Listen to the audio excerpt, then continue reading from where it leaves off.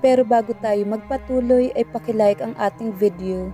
Ganon din ang subscribe button, pati na rin ang bell icon para lagi kayong updated sa mga parating ko pang mga uploads.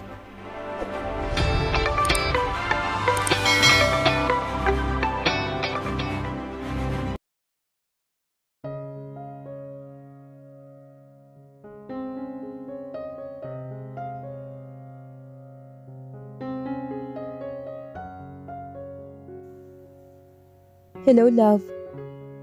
Nakaupo si Rafael sa gilid ng hospital bed. Ang isa niyang kamay at ang isa namang kamay nito ay humahaplo sa mukha niya. Hindi niya alam kung anong oras na.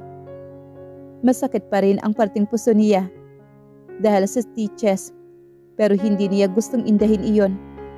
Puno ng pag-alala ang mukha ni Rafael na hindi niya gustong dagdagan.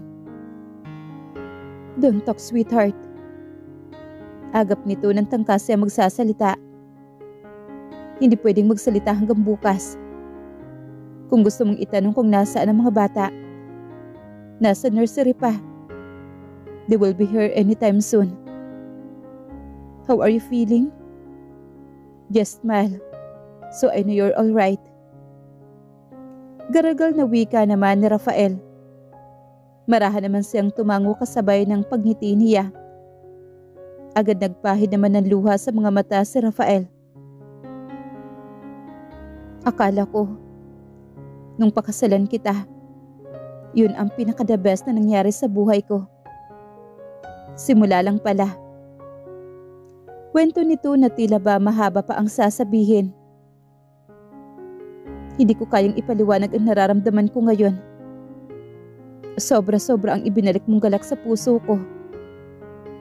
Sometimes, tila nag-iisip ako na hindi ako karapat-dapat sa mga nangyayaring ito.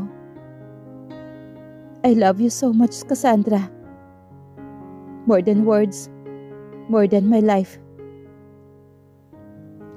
Hindi rin niya napigilan ang umiyak. Hindi sa lungkot kung hindi sa sobrang saya. Pareho nilang pangarap ni Rafael ang magkaroon ng buong pamilya. At masayang masaya siya na hindi niya nabigo ang asawa. Hindi lang isa, kung hindi dalawa ang iniluwal niya. Excited na rin siyang makita ang bunga ng pagmamahalan nila. Pero bakit kailangan mo akong surpresahin na kambal pala ang anak natin? Nanganib pa ang buhay mo dahil kambal pala ang nasa sinapupunan mo. Nakikinig lang siya sa mga sinasabi ni Rafael dahil bawal siya magsalita. Hindi pa rin ito binibitawan ang kamay niya. I almost lost my breath when the doctor said, we need to prepare bags of blood in case of bleeding got worse. Sa buong buhay ko, ay noon ko lang naramdaman ang takot na hindi ko na gustong maramdaman ulit. Huwag mo na ulit akong tatakutin ng ganun, love. Ni sa panaginip ay hindi ko gugustuhin na mangyari ulit iyon. Kaya pala ganoon na lang ang ibinabadya ng mga mata ni Rafael kanina. At ganito na lang kung hawakan ang kamay niya. Hindi niya alam ang nangyari dahil nawala na rin siya ng malay kalaunan. Naririnig niya ang pag-iyak ng mga anak. Pero wala na siyang kakayahan para imulat ang mga mata hanggang tuluyan na siyang makatulog. Pumasok ang dalawang nurse na may kargang bata at agad lumapit sa kanila. Hindi niya napigilan ang maluha. Ang inilagay sa dibdib niya ang dalawang sanggol na inalalayan naman ni Rafael. Pareho silang nangingilid ang luha ng asawa. Maya-maya ay naroon na ang doktor at kinakausap silang dalawa ni Rafael. 3 araw pa lang silang namamlagi sa hospital bago pumayag si Rafael na makauwi na sila sa mansyon. Lalong nadagdagan ang mga katulong dahil nilagyan nito ng yaya ang dalawang anak. Malaki ang silid ni Rafael kaya pinalagay nila roon ang kuna ng kambal. 1 linggo na si Rafael na wala sa distilleria pero hindi pa rin itong gustong lumuwas sa Maynila. Paano ang kumpanya, Rafael? Sayang naman kung mapapabayaan. Yun ang pangarap mo, hindi ba? Of course not. You made my dream come true. You and our children. Kaya kong talikuran ang lahat para sa inyo, Cassandra. But you don't have to do that. Hindi ba, Rafael? Bakit kasi ayaw mo pa kaming isama ng mga anak mo sa Manila? Okay lang ba sa'yo? Hindi ka ba mahihirapan? 2 silang aalagaan mo. Nag-aalalang tanong ng asawa. Mayaya naman at katulong. Paano akong mahihirapan? Kulang na lang nga pati pagligo ko, pasasamahan mo pa ako sa yaya nila. Ako lang ang sasama sa'yo sa pagligo. Bakit ko ipagagawa sa katulong? May pilyo ng ngiti nito na lumingon sa kanya. Ewan ko sa'yo, Rafael. Pero sasama kami ng anak mo sa Manila. Baka mamaya eh. Isang mahinang tawa naman ang pinakawala ni Rafael. Ngayon pa ba ako titingin sa iba? Sa inyo na nga lang ubos na ang oras ko at lakas. Ano bang ibibigay ko kung sakali man? Yumakap si Rafael sa kanya. Habang pareho silang nakatunghay sa kunan ng 2 batang natutulog. Si Red at Carla. Naisip na ipangalan ni Rafael ang panganay na babae kay Carlos. Natuwang-tuwa sa kambal. Ngayon pa lang ay nakahanda na ang playpen ng 2 sa hardin. I love you, Cassandra. Hindi ako magsasawang bigkasin ang mga katagang yan. Isinandal ni Rafael ang ulo niya sa dibdib nito. Kansilado na ba yung unang plano na 2 taon lang tayo magsasama? Biro niya na tiningala ang gwapo nitong mukha. Hindi pa ito nag-aahit ng balbas dahil ito ay mas abala sa kambal kaysa sa kanya. Hindi pa siya nito gustong pakilusin. I need you beyond lifetime, my wife. Huwag mo nang ipaalala kung paano tayo nagsimula dahil gusto kong suntukin ang sarili ko kapag naiisip ko na minsan sa buhay natin ay tinanggihan kitang maging parte ng buhay ko. Ang sungit mo nga eh. Lalo niya itong biniro.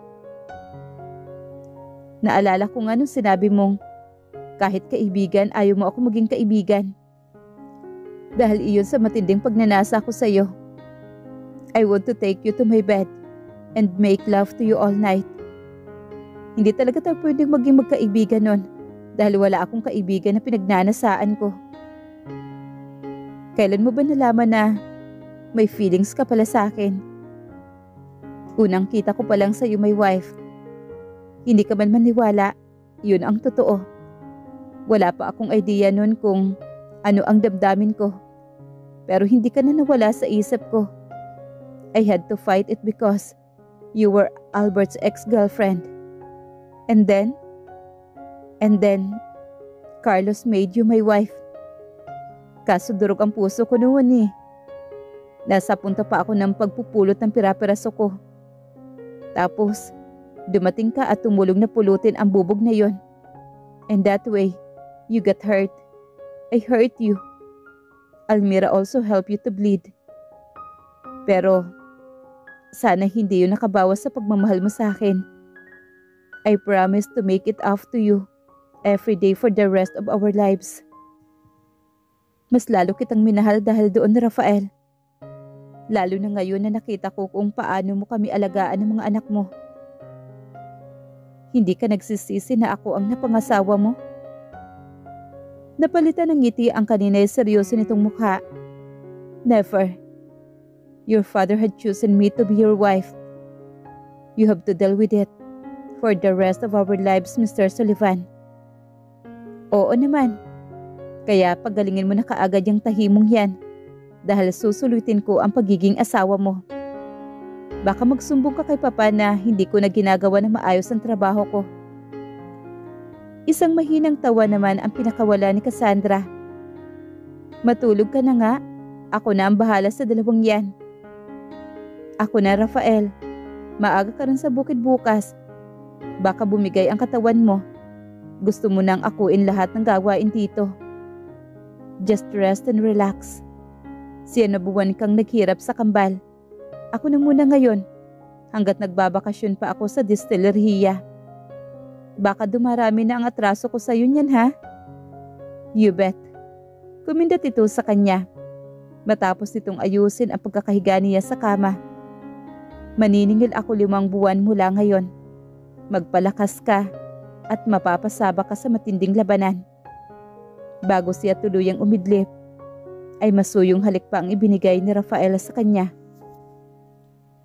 Sir Rafael, kakausapin niyo ba si Mr. Tantoco? Tanong ng sekretaryang si Hilda. 6:00 ng gabi at nakahanda na siyang umuwi.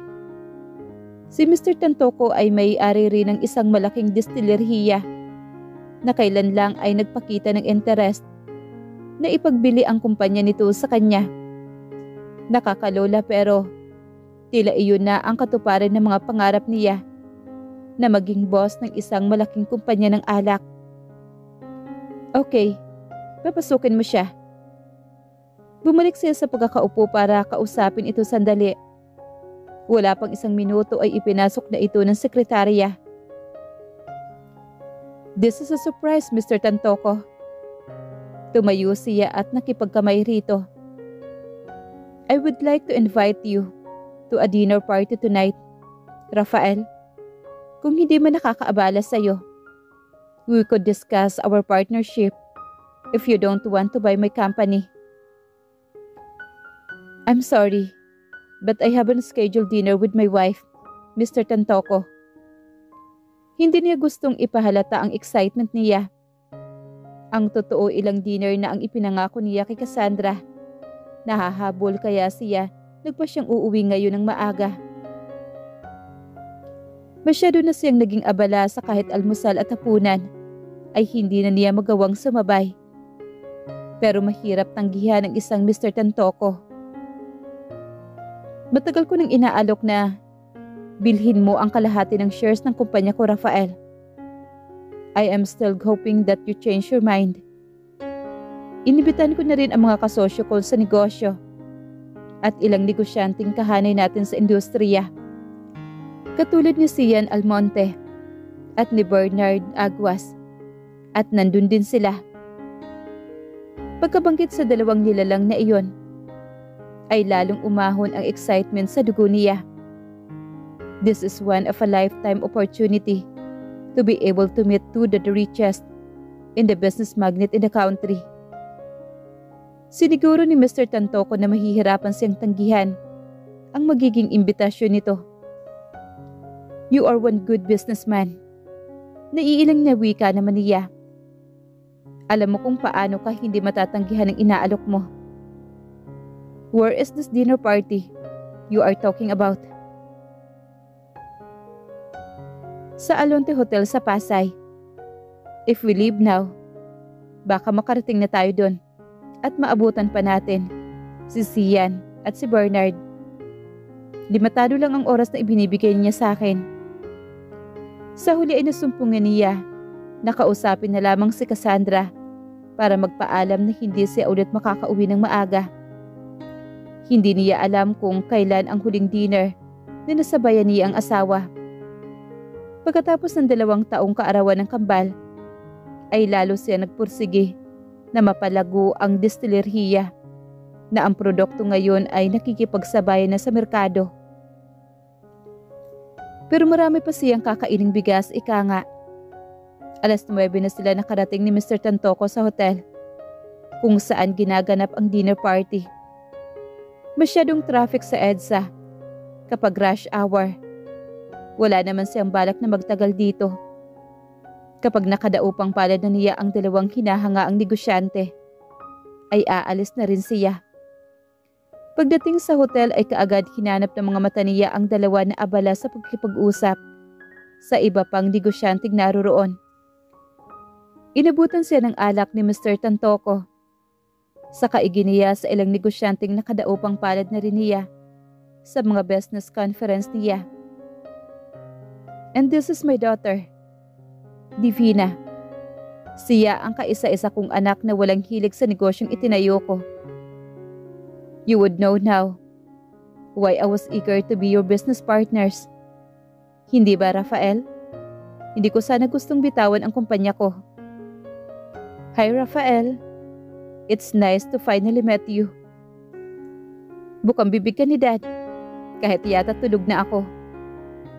It's nice to meet you, Mr. Tantoko. Ang atensyon niya ay nasa kay Zian.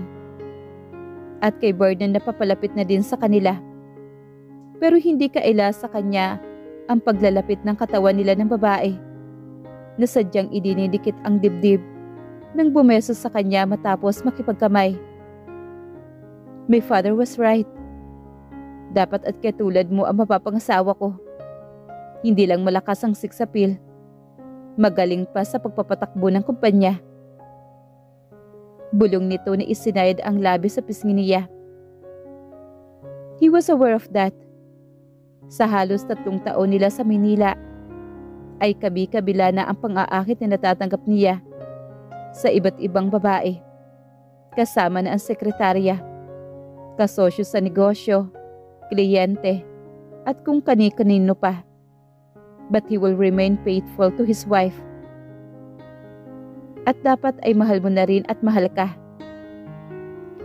Dagdag naman niya na hindi maiwanan ang dalaga. Pagkatapos iwanan ito ng ama na mag-isa. Nawala naman sa paningin niya sina Sian at sina Bernard.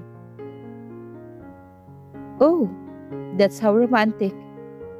Hindi ako magtataka kung hinahabol-habol ka ng mga babae. You are the epitome of a good lover. Gusto niya matawa sa pag-uusap nila ng anak ni Mr. Tantoko. Divina, undoubtedly, was a beautiful and sophisticated woman. Siguro ay nasa mid-20s pa lang ito katulad ni Cassandra. At kung binata siya ngayon, ay baka patulan niya ang lantaran nitong pang-aakit sa kanya. No doubt I am. Nakangiti ring wika sa kanya ng babae. Habang inuubos ang alak na nasa kupita nito. Wala siyang makitang ibang pwedeng kausapin doon. Kaya't nanatili lang siya nakatayo habang nakatanaw kay Mr. Tantoko, na abala sa pakikipag-usap sa ibang bisita. Lights on or lights off? Tumas ang isang kilay niya sa tanong nito. Obviously, she was flirting already. Mababasa niya ang kilos at kung papaano siya nito titigan. Sa dinami-dami ng babaeng nakadaupang palad niya sa Maynila, ang isang ito yata ang pinaka-wild.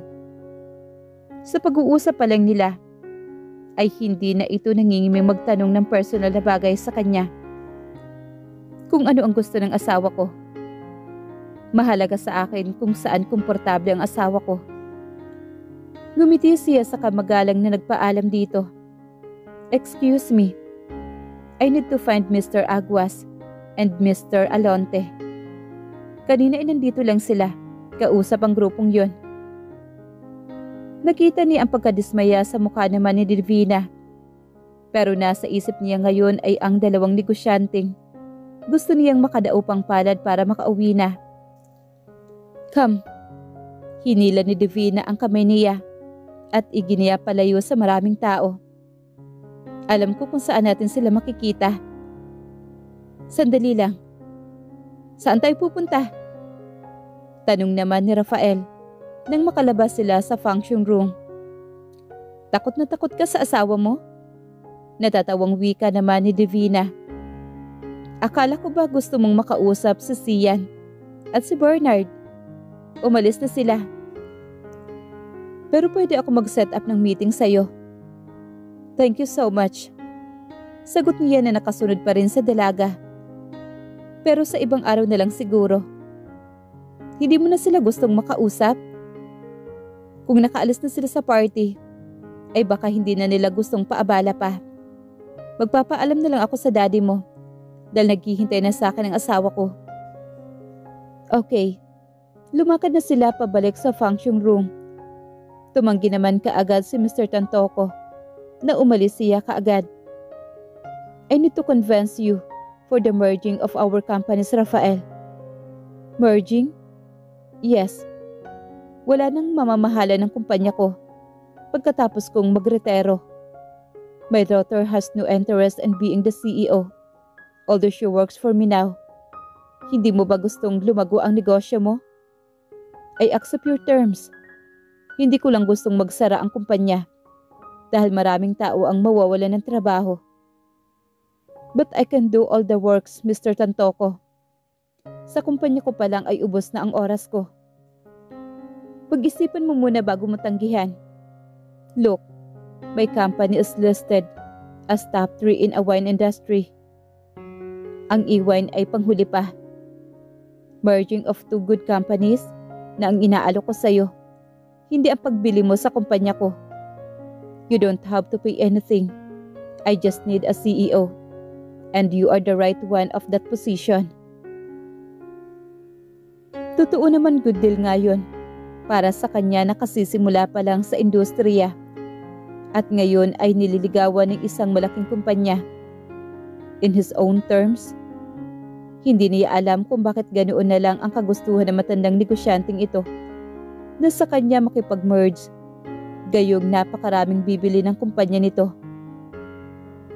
Bakit ako? Because you are not a dirty businessman.